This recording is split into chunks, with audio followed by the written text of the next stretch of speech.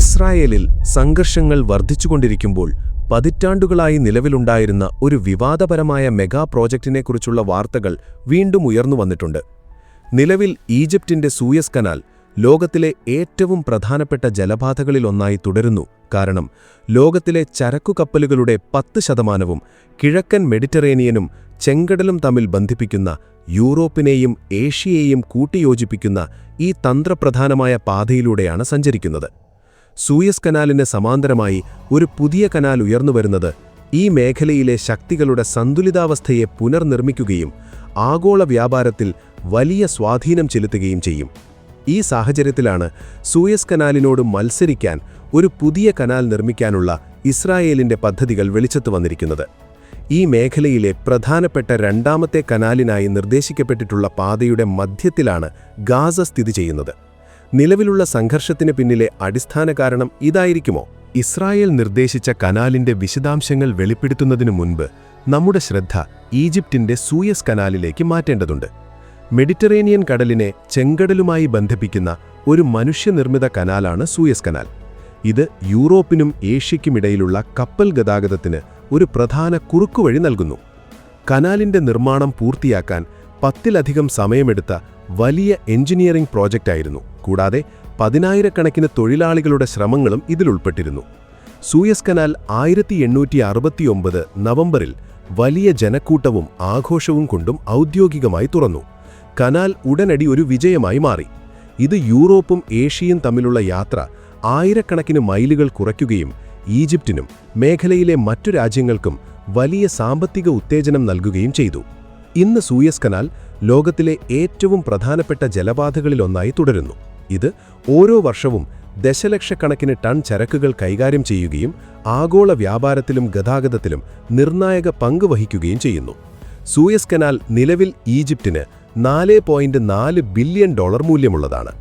Suez കനാലിന് സമാന്തരമായി ഒരു പുതിയ കനാൽ നിർമ്മിക്കുന്നത് ഈജിപ്തിയൻ സമ്പദ്വ്യവസ്ഥയിലും അതിലെ ജനങ്ങളിലും വലിയ തകർച്ചയുണ്ടാക്കും. ഇസ്രായേലി കനാലിന്റെ ഉത്ഭവം 1800കളുടെ മധ്യത്തിലാണ്. ബ്രിട്ടീഷുകാർ ചത്തതിടൽ വഴി ചെങ്കടലിലേക്ക് ഒരു കനാൽ നിർമ്മിക്കാനുള്ള നിർദ്ദേശം പരിഗണിച്ചപ്പോൾ 1955-ൽ ഒരു ഇംഗ്ലീഷ് നാവിക ഓഫീസറും പര്യവേക്ഷകനുമായ വില്യം ആലൻ സൂയസ് കനാലിന് പകരമായി ഒരു നിർദ്ദേശം മുന്നോട്ടുവച്ചു. ചെങ്കടൽ, ചത്തതിടൽ, മെഡിറ്ററേനിയൻ കടൽ എന്നീ 3 ജലാശയങ്ങളെ ബന്ധിപ്പിക്കുന്ന ഒരു കനാൽ വിഭാവനം ചെയ്തതുകൊണ്ട് സൂയസ് കനാലിനേക്കാൾ ചെലവ് കുറവായിരിക്കുമെന്നതായിരുന്നു അദ്ദേഹത്തിന്റെ ആശയം. കനാൽ മെഡിറ്ററേനിയൻ കടലിനെ അഖബ ഉൾക്കടലുമായും അങ്ങനെ ചെങ്കടലുമായും ഇന്ത്യൻ മഹാസമുദ്രവുമായും ബന്ധിപ്പിക്കും. 1963-ൽ സൂയസ് കനാലിനു വിരുദ്ധമായി ഒരു കനാൽ കുഴിക്കുന്നതിനെക്കുറിച്ച് US ആലോചിച്ചു. 1956-ൽ Egyptian president Gamal Abdul Nasser Suez canal ദേശസാൽക്കരിക്കാനെടുത്ത തീരുമാനത്തിനുള്ള മറുപടിയായാണ് ഇത് ശുപാർശ ചെയ്യപ്പെട്ടത്. വിവാദപരമായ ഇസ്രായേലി കനാൽ 1994-ൽ മാത്രമാണ് ലോകത്തിനു മുന്നിൽ വെളിപ്പെട്ടത്. ഇസ്രായേലിന്റെ ആദ്യ പ്രധാനമന്ത്രിയായ ഡേവിഡ് ബെൻ ഗുറിയന്റെ പേരാണ് ഇതിന് നൽകിയിട്ടുള്ളത്. 2021 ഏപ്രിൽ 2-ന് ബെൻ ഗുറിയൻ കനാലിന്റെ പണികൾ 2021 ജൂണിൽ തുടങ്ങുമെന്ന് ഇസ്രായേൽ പ്രഖ്യാപിച്ചു. ഈ പുതിയ കനാൽ ഈജിപ്തിനും അതിന്റെ വ്യാപാര ധമനിക്കും വലിയ സാമ്പത്തിക ഭീഷണിയുണ്ടാക്കും. എന്നാൽ കപ്പലിന്റെ വലിപ്പത്തിലുള്ള നിയന്ത്രണങ്ങൾ കാരണം സൂയസ് കനാൽ കടക്കാൻ പറ്റാത്ത കപ്പലുകൾക്ക് ഈ പാത നല്ലതാണെന്ന് ഇസ്രായേൽ പറയുന്നു. ഇത് മുന്നോട്ടു പോകുകയാണെങ്കിൽ ഈ പുതിയ കനാലിന് 293 കിലോമീറ്റർ നീളമുണ്ടാകും. ഇത് 193 കിലോമീറ്റർ നീളമുള്ള സൂയസ് കനാലിനേക്കാൾ ഏകദേശം 1/3 നീളമുള്ളതാണ്.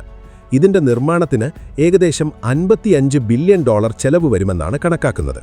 കനാൽ നിയന്ത്രിക്കുന്നവർക്ക് എണ്ണ, ധാന്യങ്ങൾ, കപ്പൽ ഗതാഗതം എന്നിവയുടെ ആഗോള വിതരണ പാതകളിൽ വലിയ സ്വാധീനമുണ്ടാകും.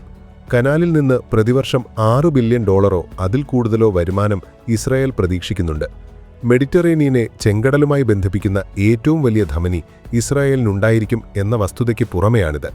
2021-ൽ ഒരു ചരക്ക് കപ്പൽ കുടുങ്ങി ഏറ്റവും വലിയ ട്രാഫിക് ബ്ലോക്ക് ഉണ്ടായ സൂയസ് കനാൽ തടസ്സം പോലെ ലോകവ്യാപാരത്തിൽ ഒരു പ്രതിസന്ധി ഉണ്ടാകാനുള്ള സാധ്യതയെ ഈ കനാൽ ഗണ്യമായി കുറയ്ക്കും. സൂയസ് കനാലിൽ നിന്ന് വ്യത്യസ്തമായി ബെൻ ഗുരിയൻ കനാലിന് ഇരുദിശയിലേക്കും പോകുന്ന കപ്പലുകളെ കൈകാര്യം ചെയ്യാൻ കഴിയും. 2 കനാലുകൾ നിർമ്മിക്കുന്നതിലൂടെയാണ് ഇത് സാധ്യമാക്കുക. മണൽ നിറഞ്ഞ തീരങ്ങളിലുള്ള സൂയസ് കനാലിൽ നിന്ന് വ്യത്യസ്തമായി ഇസ്രയേലി കനാലിന് പാറക്കെട്ടുകളുള്ള മതിലുകളുണ്ടായിരിക്കും. ഇതിന്റെ അർത്ഥം ഇതിന് അറ്റകുറ്റപ്പണികൾ വളരെ കുറച്ചു മാത്രമേ ആവശ്യമുള്ളൂ എന്നാണ്. കനാലിന് കുറുകെ ചെറിയ നഗരങ്ങളും ഹോട്ടലുകളും റെസ്റ്റോറന്റുകളും നൈറ്റ് ക്ലബ്ബുകളും നിർമ്മിക്കാൻ ഇസ്രായേൽ പദ്ധതിയിടുന്നു. നിർദ്ദിഷ്ട ഓരോ കനാലിനും ഏകദേശം 50 മീറ്റർ ആഴവും 200 മീറ്റർ വീതിയുമുണ്ട്. അവ സൂയസ് കനാലിനേക്കാൾ 10 മീറ്റർ ആഴമുള്ളതായിരിക്കും. ലോകത്തിലെ ഏറ്റവും വലിയ കപ്പലുകളുടെ വലിപ്പമുള്ള 300 മീറ്റർ നീളവും 110 മീറ്റർ വീതിയുമുള്ള ഒരു കപ്പലിന് ഈ കനാലിലൂടെ കടന്നുപോകാൻ കഴിയും. മറ്റേതൊരു പ്രോജക്റ്റും പോലെ വിപുലമായ ആസൂത്രണത്തിനും സർവേയ്ക്കും ശേഷമാണ് കനാലുകൾ നിർമ്മിക്കുന്നത്. എഞ്ചിനീയറിംഗ് വശത്ത് മനുഷ്യനിർമ്മിത കനാലുകളിൽ സാധാരണയായി ഡ്രെഡ്ജിങ്ങും ഖനനവും പോലുള്ള പ്രക്രിയകൾ ഉൾപ്പെടുന്നു. വെള്ളമൊഴുകാൻ ഒരു ചാനൽ ഉണ്ടാക്കുന്നതിനായി മണ്ണും പാറയും കുഴിച്ചെടുക്കുന്ന പ്രക്രിയയാണ് ഖനനം. ഖനനത്തിന് ശേഷം ജലാശയങ്ങൾ അല്ലെങ്കിൽ അരുവികൾ പോലുള്ള ബാഹ്യ സ്രോതസ്സുകളിലൂടെ വെള്ളം നൽകുന്നു. കനാൽ ആഴം കൂട്ടാനും വീതി കൂട്ടാനും ഡ്രെഡ്ജിംഗ് പലപ്പോഴും ഉപയോഗിക്കാറുണ്ട്. കനാലിന്റെ അടിത്തട്ടിൽ നിന്ന് അവശിഷ്ടങ്ങളും അവശേഷങ്ങളും നീക്കം ചെയ്യുന്നതിനായി ഡ്രെഡ്ജർ എന്ന് വിളിക്കുന്ന ഒരു പ്രത്യേക മഷീൻ ഉപയോഗിച്ച് ഡ്രെഡ്ജിങ്ങിൽ ഉൾപ്പെടുന്നു. ഇത് കപ്പലുകൾക്ക് കനാൽ വ്യക്തവും സഞ്ചാരയോഗ്യവുമായി നിലനിർത്താൻ സഹായിക്കുന്നു. ഭൂപ്രകൃതിയെ ആശ്രയിച്ച് ജലപ്രവാഹം നിയന്ത്രിക്കാനും കനാലിന്റെ ജലനിരപ്പ് നിലനിർത്താനും ലോക്കുകളും ഗേറ്റുകളും സ്ഥാപിച്ചേക്കാം. ബെൻ ഗുരിയൻ കനാൽ നിർമ്മാണത്തിന് ഏകദേശം 5 വർഷമെടുക്കും. ഇതിൽ ലോകമെമ്പാടുമുള്ള 3 ലക്ഷം എഞ്ചിനീയർമാരും സാങ്കേതിക വിദഗ്ധരും ഉൾപ്പെടും.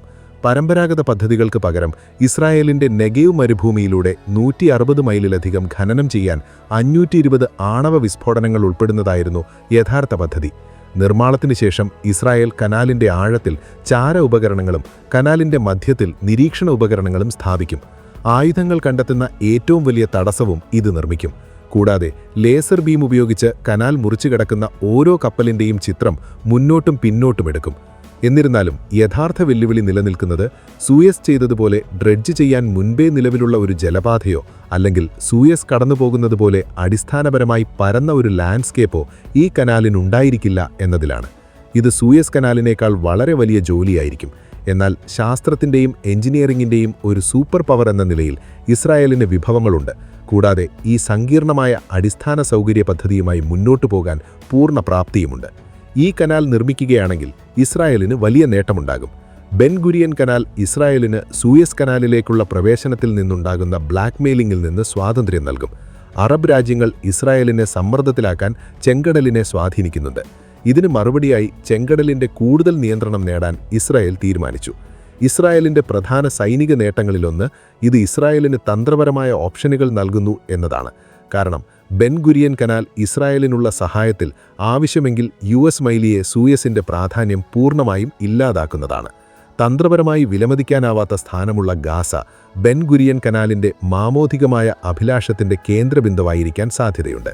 തന്ത്രപരമായി കനാലിന് അതിന്റെ തകർപ്പൻ സാധ്യതകൾ കൈവരിക്കാൻ ഗാസയുടെ ശാന്തത നിർണായകമാണ്.